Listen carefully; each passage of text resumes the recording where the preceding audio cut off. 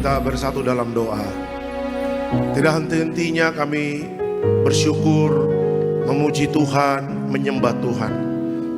Satu dasar iman kekristenan kami yang tidak pernah kami ragu, bahwa kami punya Allah yang baik.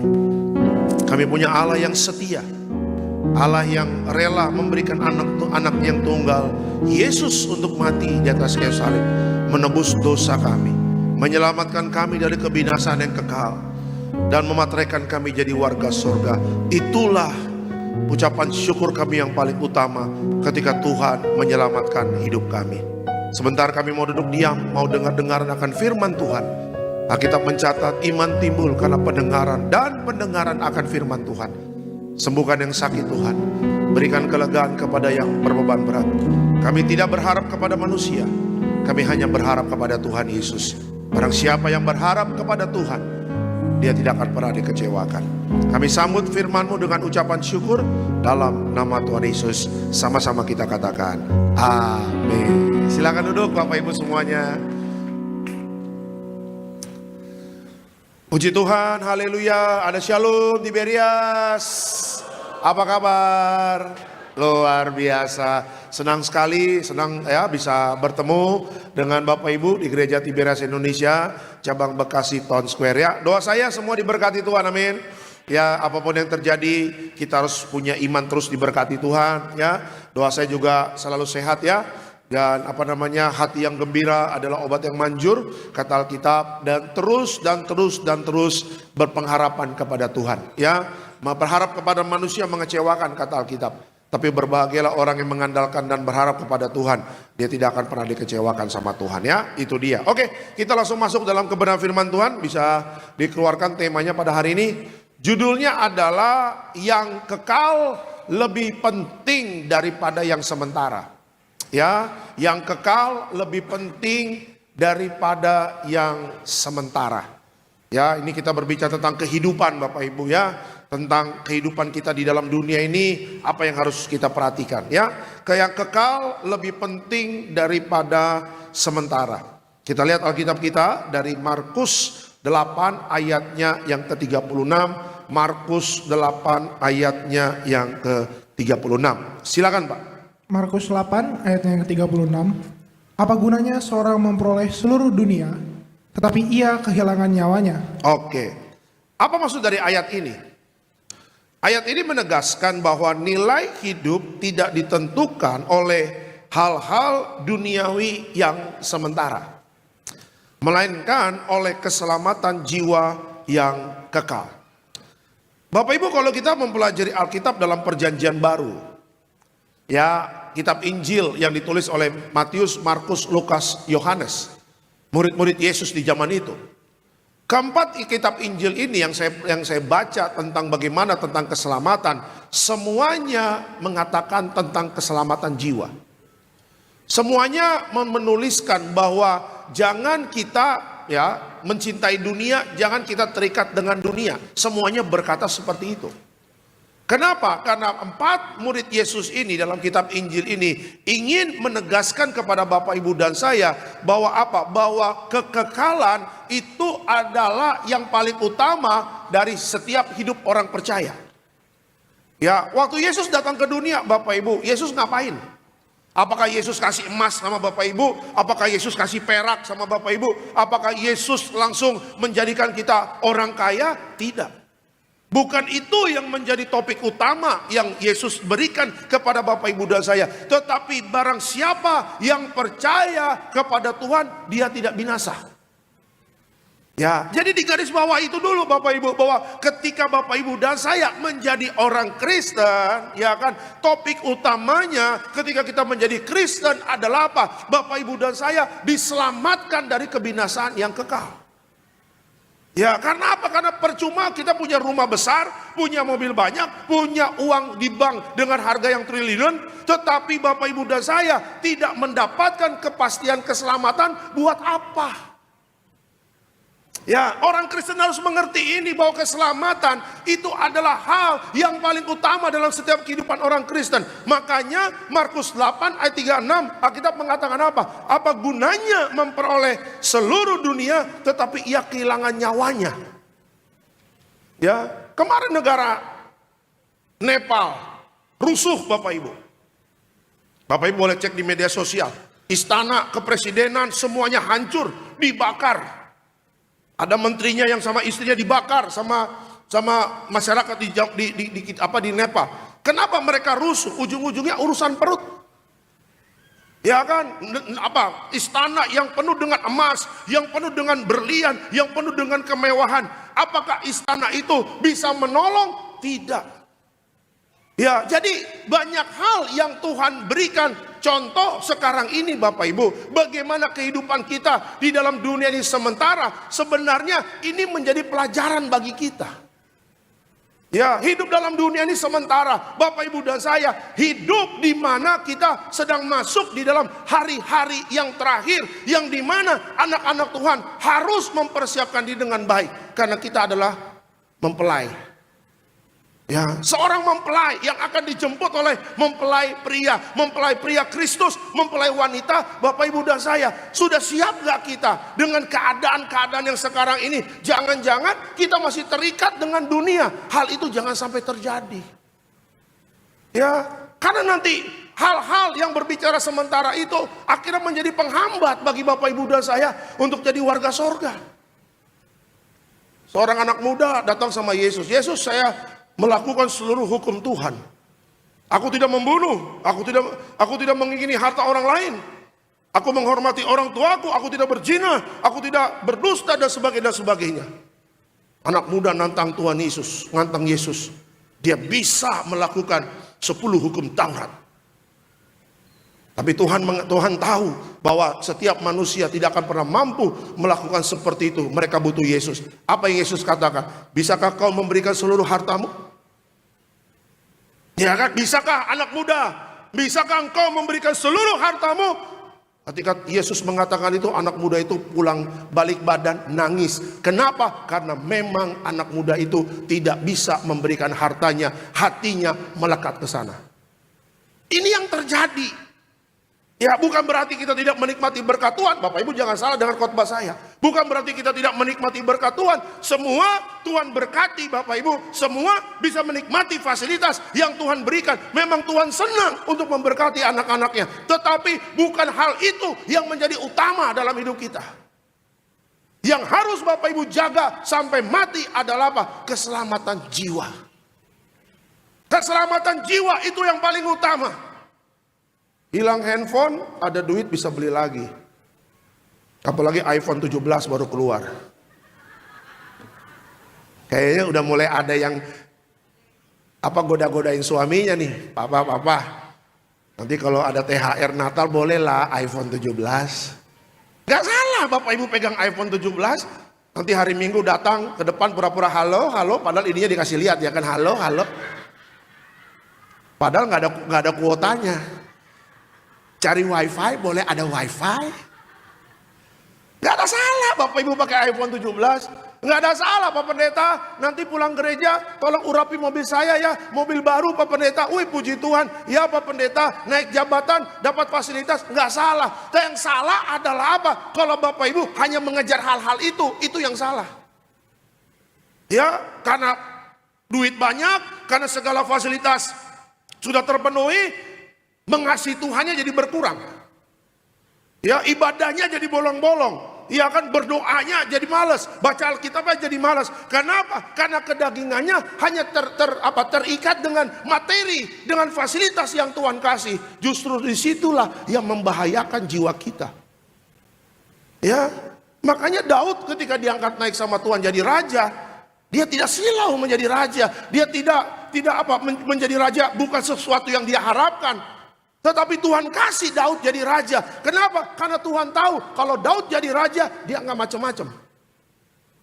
Walaupun akhirnya Daud pernah jatuh juga waktu jadi raja, tapi dia kembali cepat bertobat.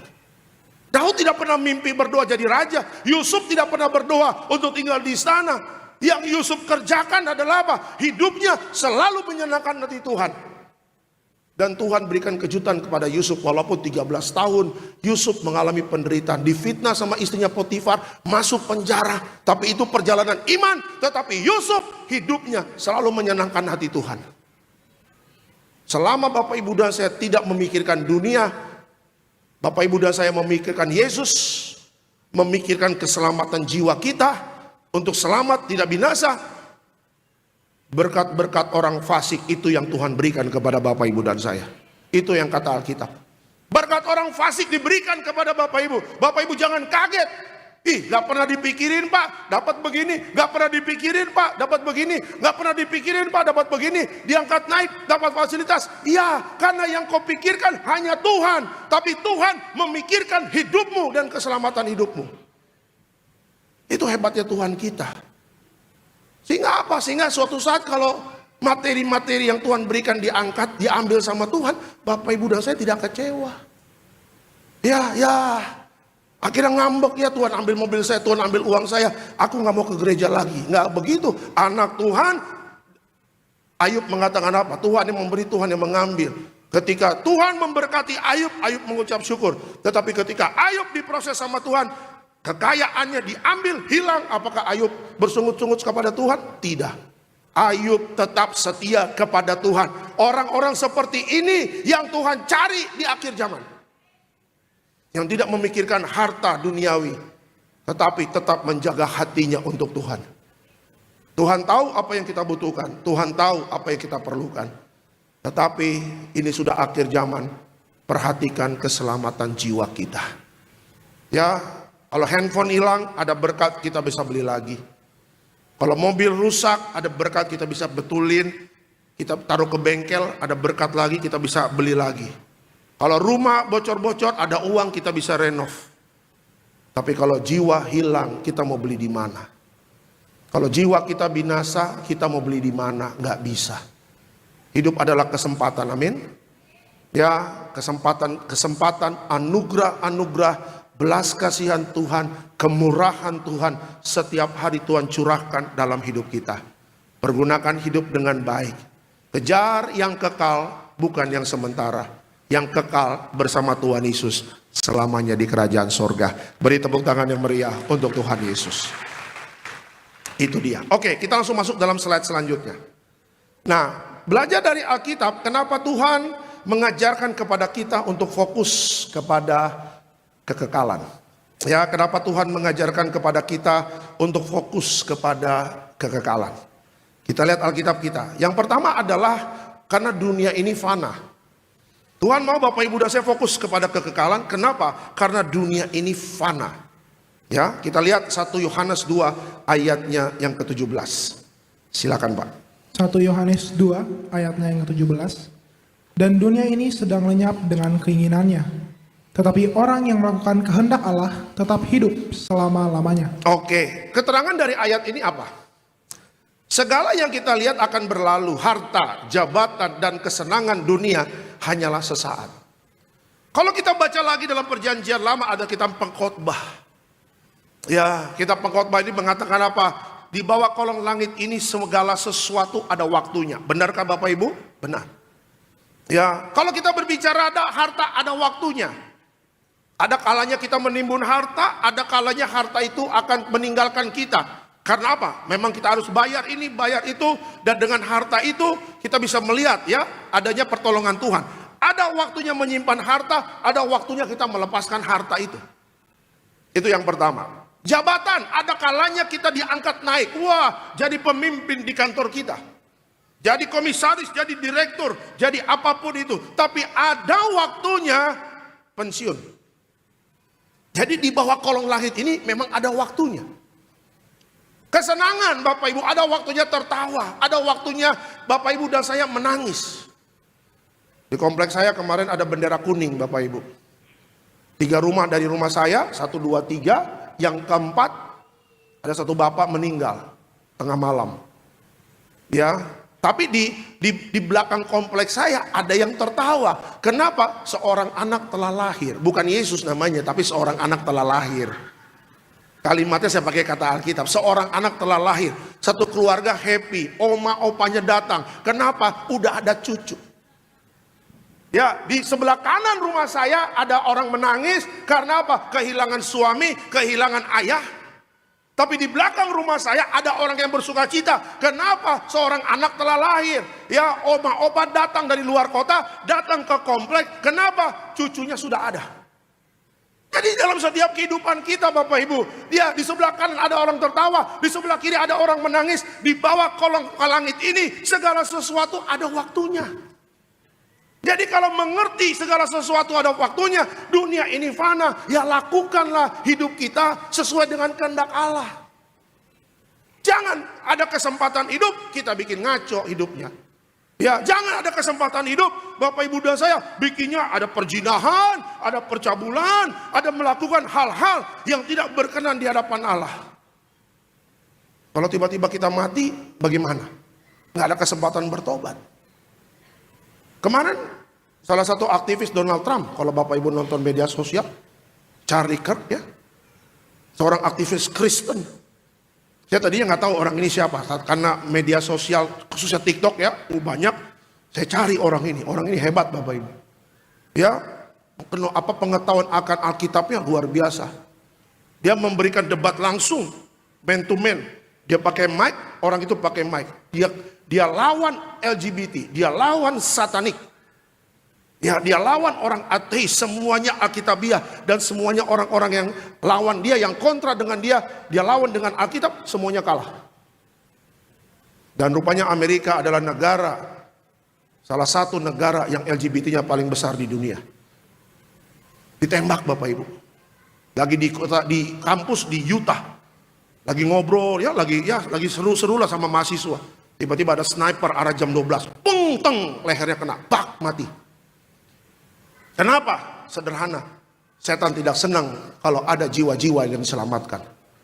Setan tidak senang kalau ada penuhan jiwa. Setan tidak senang kalau ada orang-orang yang dipakai Tuhan menyelamatkan jiwa-jiwa. Makanya di zaman Yesus, di zaman rasul-rasul, mereka yang fight untuk memberitakan jiwa, kepalanya dipenggal Pak.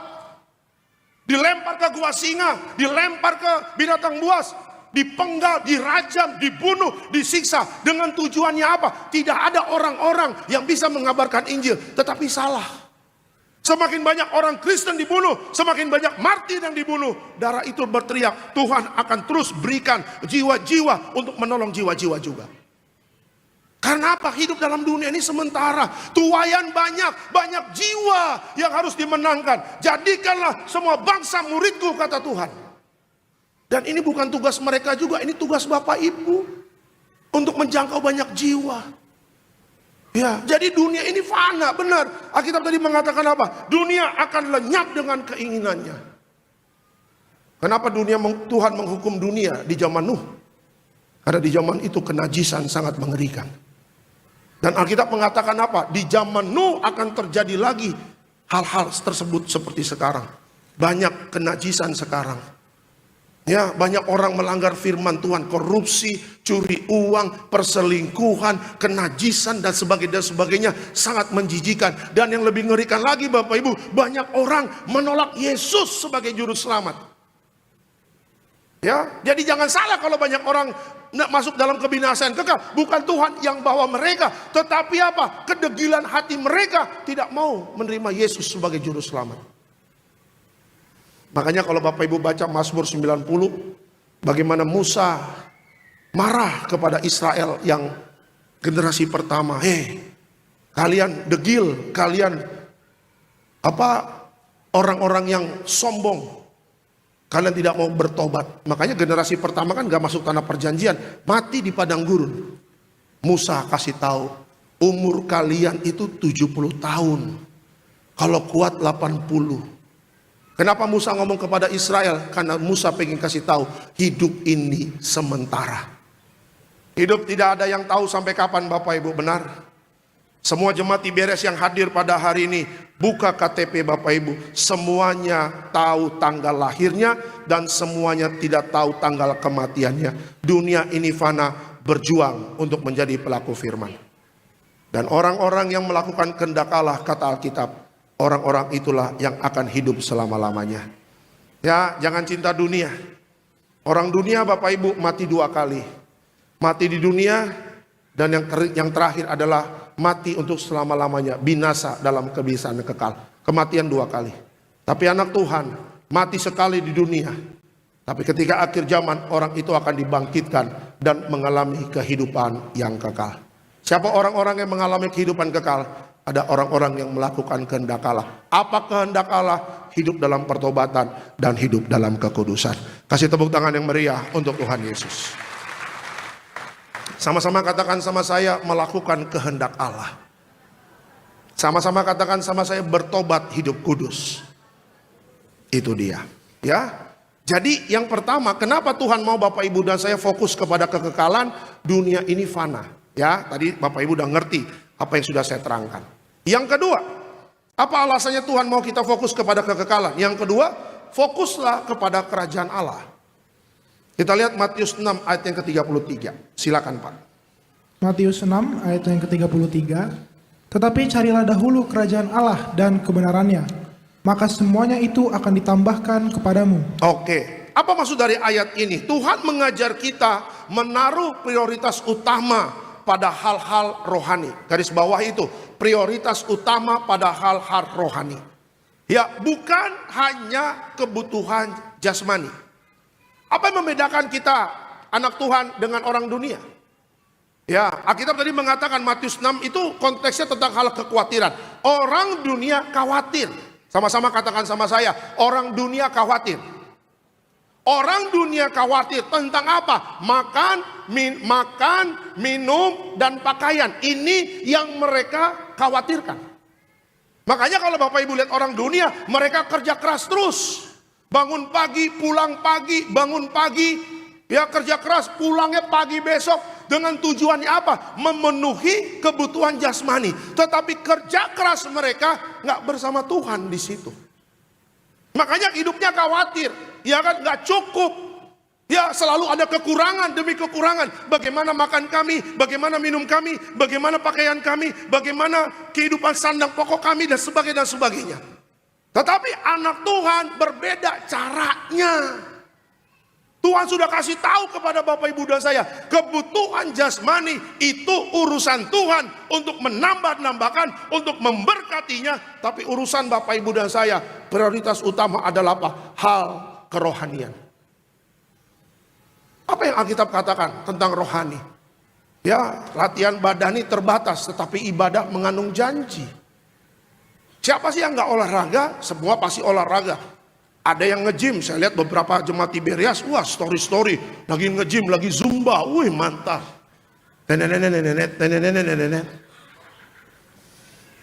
Ya, ingin menurunkan berat badan, wah ada yang intermittent fasting.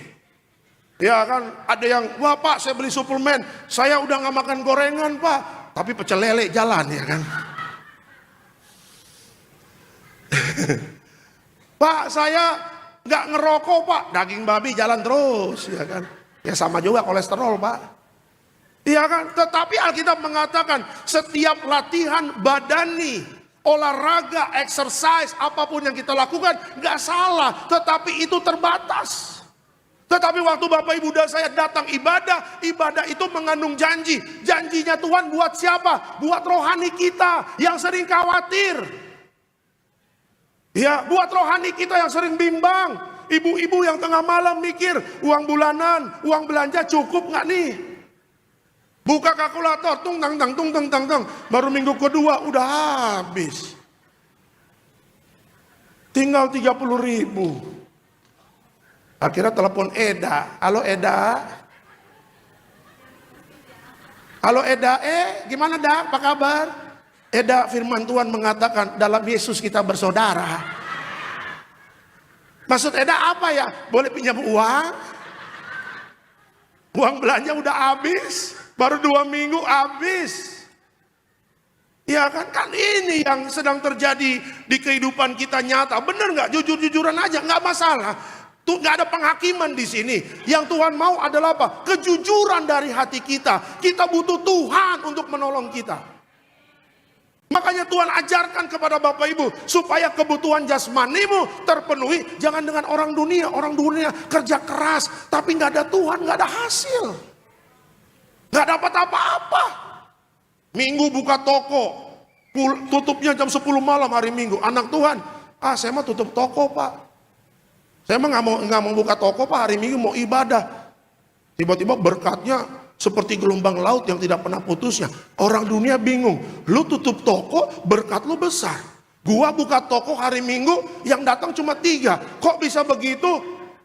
Karena yang keutamakan adalah Tuhan. Yang berkati tokoku yang berkati tokoku adalah Tuhan, bukan kerja kerasku. Aku kerja keras, tapi kalau nggak ada Tuhan sia-sia semuanya. Mulai atur kehidupan rohani. Mulai bangun pagi cari Tuhan. Bangun pagi ya. Pak, saya bangun pagi Pak, jam berapa? Jam 8, kesiangan itu. Ayam udah 1000 kali berkokok. Nih, jam 4 bangun. Jam 4 bangun. Lawan kedaginganmu. Ikut Tuhan, kenyamanan pasti diusik. Ikut Tuhan, kenyamanan pasti digoyang. Bangun jam 4, doa. Belajar untuk tekun. Karena apa? Ujian-ujian tujuannya apa? Menghasilkan ketekunan. Ke gereja minggu depan bawa Alkitab yang fisik. Bawa, masih ada Alkitab begini?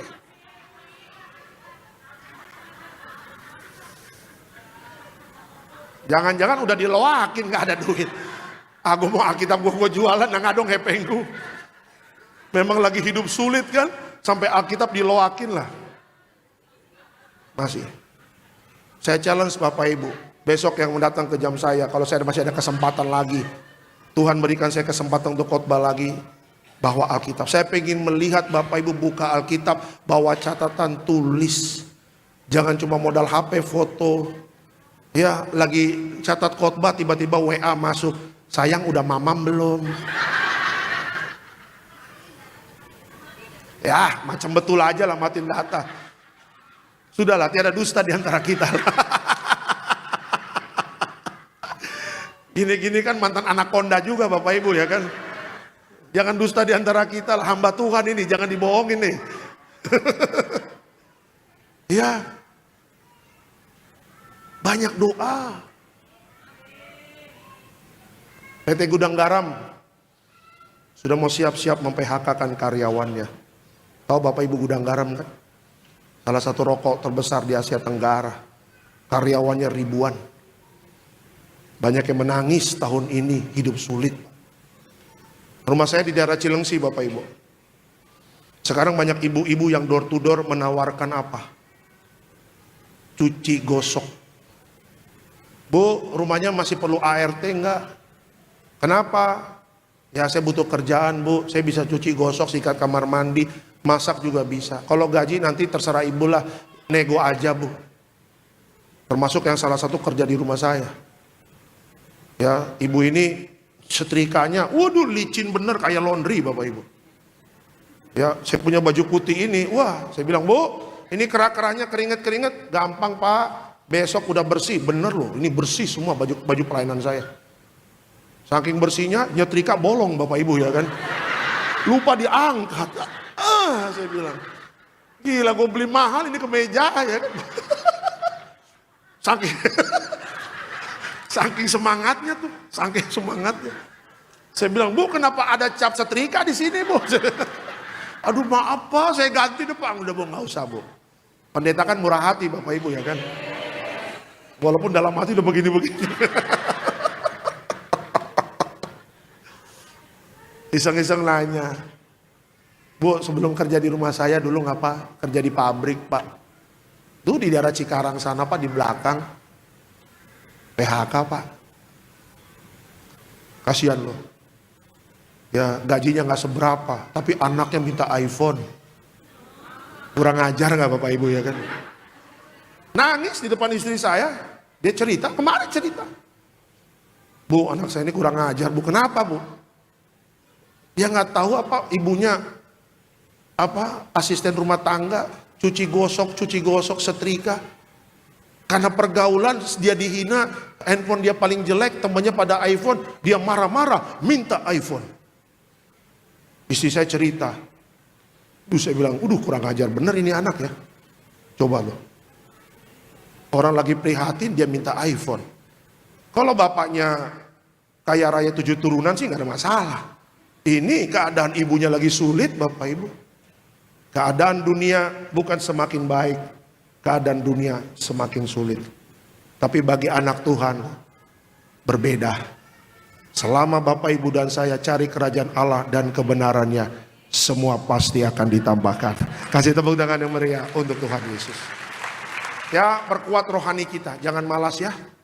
Bangun pagi, doa, saat teduh, baca Alkitab. Gak kerasa kok, nanti tiba-tiba, kok ada aja pertolongan Tuhan ya.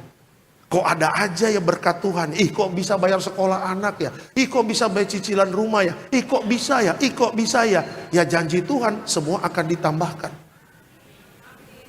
Di dalam kekekalan yang Tuhan ajarkan, fokuslah kepada kerajaan Allah. Itu yang kedua. Dan yang ketiga, kenapa Tuhan mau kita hidup dalam kekekalan? Ada upah yang kekal. 2 Korintus 4 ayatnya yang ke-18. Silakan Pak. 2 Korintus 4 ayatnya yang ke-18. Sebab kami tidak memperhatikan yang kelihatan, melainkan yang tak kelihatan. Karena yang kelihatan adalah sementara, sedangkan yang tak kelihatan adalah kekal. Oke, keterangan dari ayat ini apa? Hidup berfirman mungkin penuh tantangan, tetapi ada upah kekal yang menanti di surga. Orang Kristen kalau ada tantangan, jangan pernah mundur dalam perjalanan iman. Apa sih yang membuat orang bisa jual iman, Bapak Ibu? Saya udah lama nggak bahas ini. Ya, yang pertama orang bisa jual iman gara-gara harta, tahta, dan pasangan hidup, laki-laki atau perempuan. Ya, kalau harta dan jabatan udah biasa, tetapi yang kasusnya yang paling banyak ini nih, ya pacaran-pacaran tidak seiman. Ya tadi di satu cabang Bapak Ibu ada pasangan suami istri maju altar call sampai nangis loh. Kenapa? Karena anaknya ya masih berhubungan punya hubungan khusus dengan wanita yang tidak seiman. Orang tuanya udah kasih tahu, laki-lakinya masih kepala batu lah, nggak mau dengar nasihat. Bahkan dia mengancam Bapak Ibu akan membawa perempuannya untuk nikah di luar negeri. Ibunya sampai bilang sama saya, Pak, saya harus bagaimana Pak? Saya bilang tantangan ini bisa dimenangkan kalau ibu dan bapak kuat di dalam Tuhan dan kuat di dalam doa. Karena dua orang benar, bila dikaitkan didoakan besar kuasanya. Apalagi pasangan suami istri, dua sudah menjadi satu bersama Tuhan. Doa orang tua pasti Tuhan jawab. Ya, makanya banyak anak-anak tuh begitu, merasa paling tahu. Kau belum tahu nanti penderitaan bagaimana yang akan terjadi. Alkitab sudah mengatakan terang dan gelap tidak bisa bersatu. Ada yang senggol-senggol pasangannya, tuh inget tuh pendeta ngomong apa tuh. Mata saya kan setajam elang Bapak Ibu ya kan. Mata saya masih sehat loh, nggak pakai kacamata nih saya nih, masih bagus mata saya. Puji Tuhan. Ya, jangan. Karena apa? Karena nanti engkau tidak akan bisa diskusi tentang firman kalau kayak begitu. Ya, saya bersyukur walaupun saya orang Batak, saya nggak nikah sama istri saya bukan orang Batak. Ya memang saya nggak lama di Medan. Kalau saya khotbahnya di Medan 4 tahun aja kayak saya di Manado. Mungkin saya dapat boru niraja. Boru siapa? Boru Silitonga kah? Silalahi kah? Pakpahan kah? Raja Guguk kah? Tapi Papa Reaji sama ibu kirim saya ke Manado. Ya ketemu istri saya di Manado. 4 tahun saya di Manado. Iya kan? Walaupun kita beda suku, tapi karena kita beda kita satu iman, sama-sama minyak anggur. Kalau malam ngobrol firman nyambung. Istri saya lagi banyak tanya tentang akhir zaman. Bang, rapture itu kapan sih? Ini ada isu-isunya akhir bulan nih rapture. Menurut kamu benar atau enggak? Ya saya nggak tahu, saya bukan panitia di sorga, saya bilang begitu.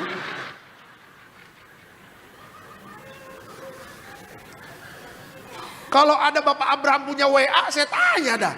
Bapak Abraham punya WA, tolong dikasih tahu. Aku mau tanya kapan pengangkatan. Aku nggak tahu. Tapi kan di TikTok kan lagi rame tuh, benar nggak Bapak Ibu? Ya kan? 24-25 katanya pengangkatan akhir bulan September. Saya bilang sama istri saya, kalau benar bagaimana? Ya kan, kalau ya kan kita nggak tahu. Saya balik tanya, kalau benar bagaimana? Berarti kita harus berjaga-jaga. Ya berjaga-jagalah kita berdua. Tapi kalau memang tidak benar, ya tetap harus berjaga-jaga. Ya, 25 nggak ada pengangkatan, tiba-tiba tanggal 30, wah apa? Ya kan bisa begitu. Perkiraan manusia pasti banyak yang meleset. Tapi kalau Tuhan sudah katakan, tidak ada yang bisa menahannya. Karena kalau berbicara rapture, ini saya diskusi sama istri saya, ada 2 orang di ladang. Orang di ladang ini berbicara apa? Lagi kerja, lagi aktivitas. Kayak kita, saya ngantar anak sekolah. Bapak ibu mungkin ada yang kerja, naik kereta, Bekasi, Sudirman. Ada yang naik MRT, LRT, naik ojek, naik taksi. Ada yang bawa mobil sendiri. Ada yang ibu-ibunya nunggu di sekolah. Sama ibu-ibu di sekolah sambil ngobrol, nunggu anak. Ada yang anaknya les sekolah dan sebagainya. Tiba-tiba, hilang. Loh, suamiku kemana?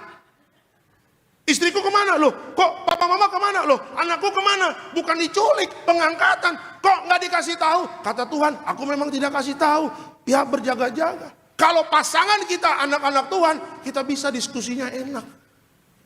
Kita bisa berdoa bareng, kita bisa perjamuan bareng, kita bisa ngobrol tentang firman Tuhan. Tapi kalau nggak seiman, ya susah. Gimana mau kuat? 2 menjadi 1. Gimana mau sepakat di dalam doa? Akhirnya ujungnya keselamatan masing-masing. Kalau Bapak Ibu lihat artis-artis zaman dulu ada kan?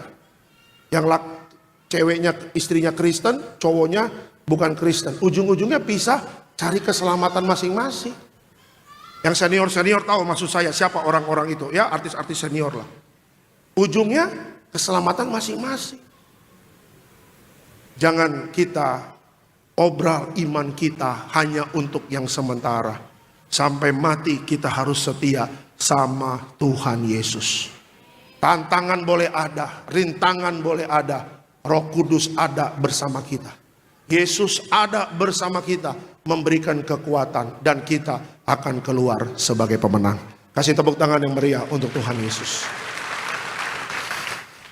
Kesimpulan dalam khotbah saya pada sore hari ini. Dunia ini sementara, tetapi Kristus memberi hidup yang kekal.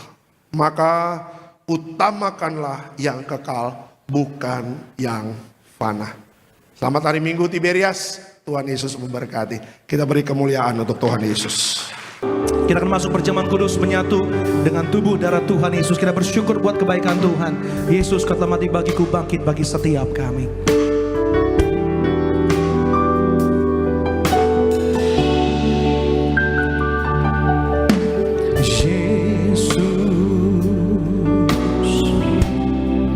Kau telah mati bagiku, hapus dosaku. Yesus, Kau telah bangkit dari mati, beri kemenangan. Tubuhmu dan darahmu tercurah bagi kami, menyucikan, menyembuhkan, sempurnakan hidup. Mari sama-sama kita bagi pada sore hari, kita masuk perjamuan kudus. Tubuhmu dan darahmu tercurah bagi kami, menyucikan, menyembuhkan, sempurnakan hidup kami.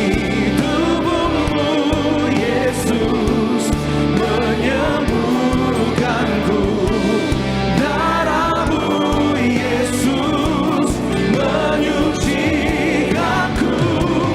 Ku jadi baru karena kasih-Mu. Haleluya. Kita akan masuk dalam perjamuan kudus. Kita angkat rotinya terlebih dahulu.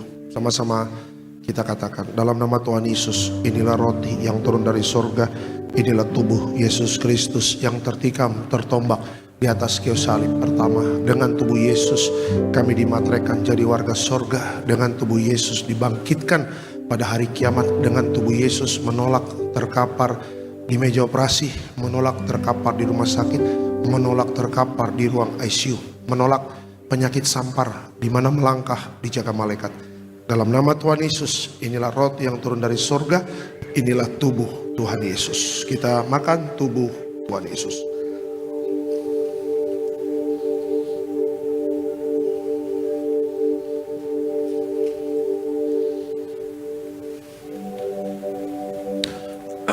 Kita angkat anggur, sama-sama kita katakan dalam nama Tuhan Yesus, inilah darah Yesus Kristus sebagai perjanjian baru yang kekal. Pertama kami bertobat, minta ampun sama Tuhan atas setiap dosa dan pelanggaran kami.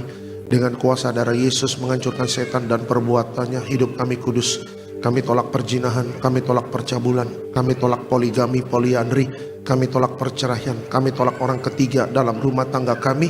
Ada orang ketiga tidak bisa jadi warga sorga. Kami percaya dengan kuasa darah Yesus kami dimateraikan jadi warga sorga. Percaya dengan kuasa darah Yesus setiap penyakit kami hari ini sembuh.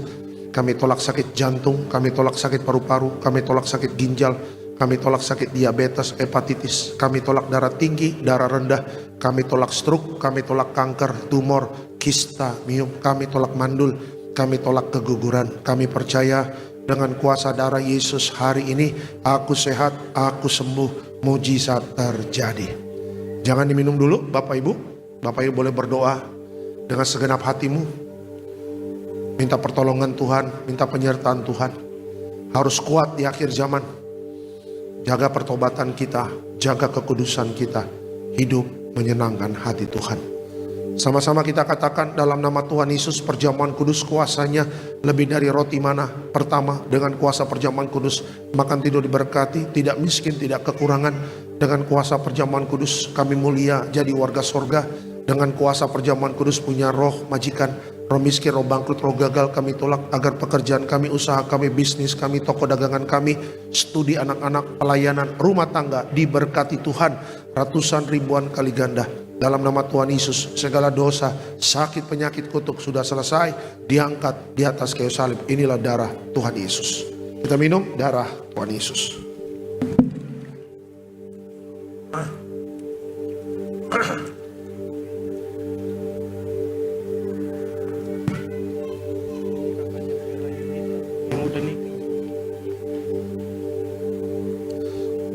Minyak urapan memuliakan Allah dan manusia, hancurkan setan, sembuhkan orang sakit. Setiap kami yang diurapi penuh kemuliaan Tuhan dalam nama Tuhan Yesus. Haleluya. Amin.